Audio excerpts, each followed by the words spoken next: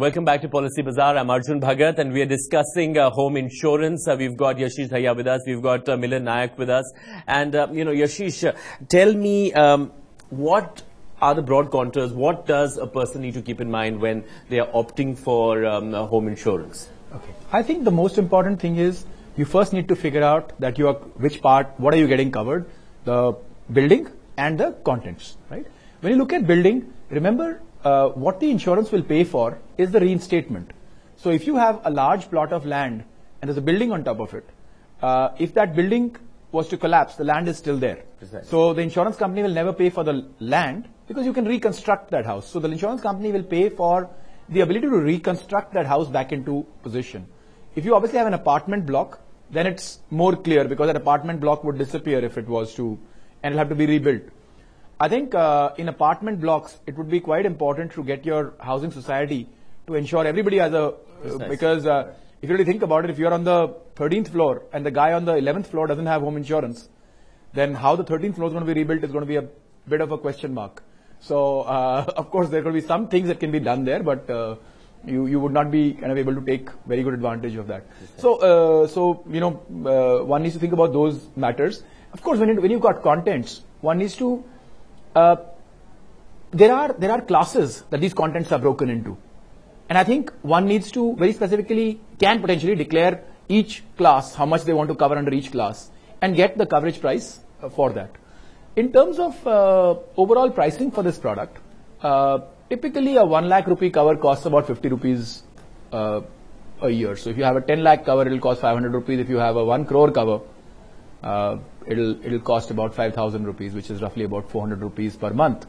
I see it very oddly, people pay that kind of money for the security guard in the compound, and a large part of that security guard's job is to make sure the thieves don't come, some part of it at least. Right.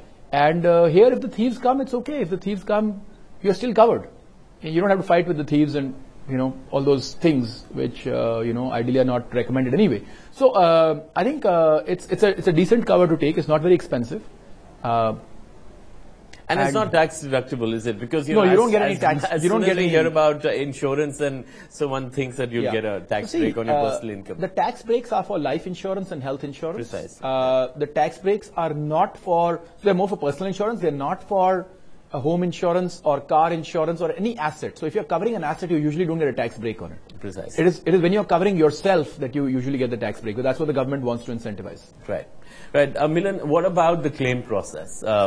People feel that it's going to be cumbersome. They're probably not going to get the claim that they're looking at. So they're apprehensive about taking an insurance cover like this. Sure. So I think, not necessarily only related to home insurance. I think insurance is a subject overall. A big reason why we see a lot of customer dissonance is largely due to education. Most of the customers end up taking a policy, but probably have not even taken the effort to understand what that policy were to really sort of cover them for. Simple things like, when we did some couple of research, we also figured out motor insurance, which is mandatory. Almost 30% of the customers did not know which insurance company they've insured with. Right? Because some intermediary would have come to his house, got his signatures done. He's not gone through terms and conditions. He's paid the premium, and that's all it is.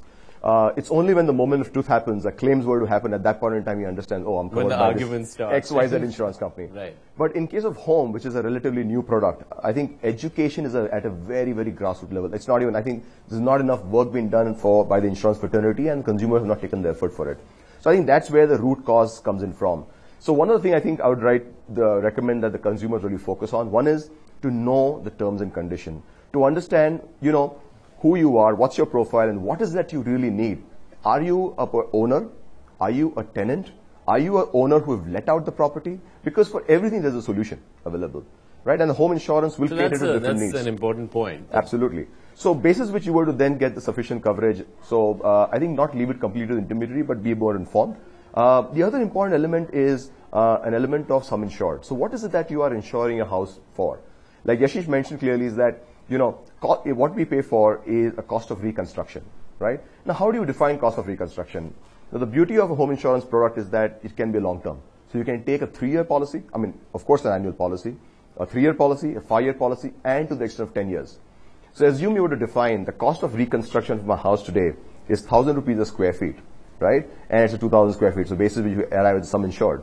But understand, over the years, there is an escalation that comes in.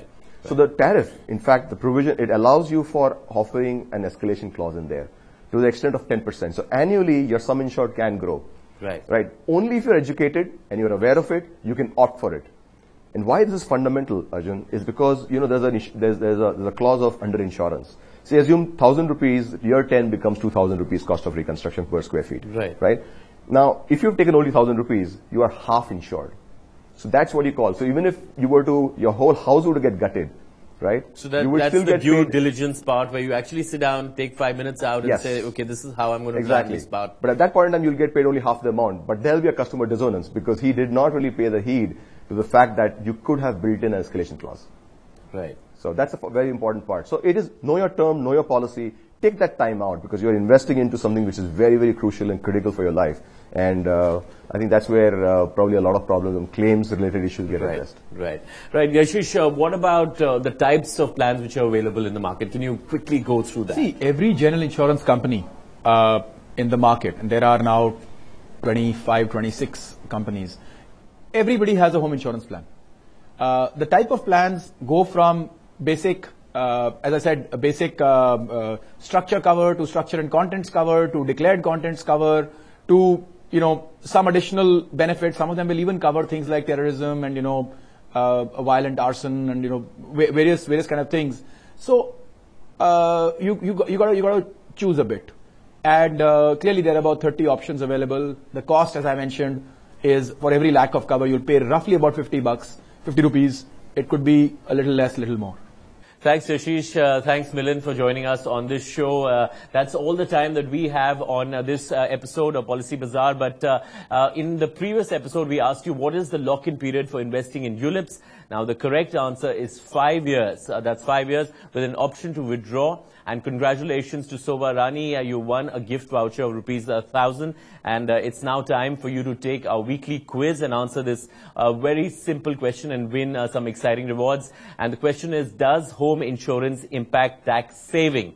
Well, that's all that we have for you, but you can tweet us at Twitter at PolicyBazaar_in, email us at queries@policybazaar.com. And goodbye. We'll see you next time with another episode of Policy Bazaar.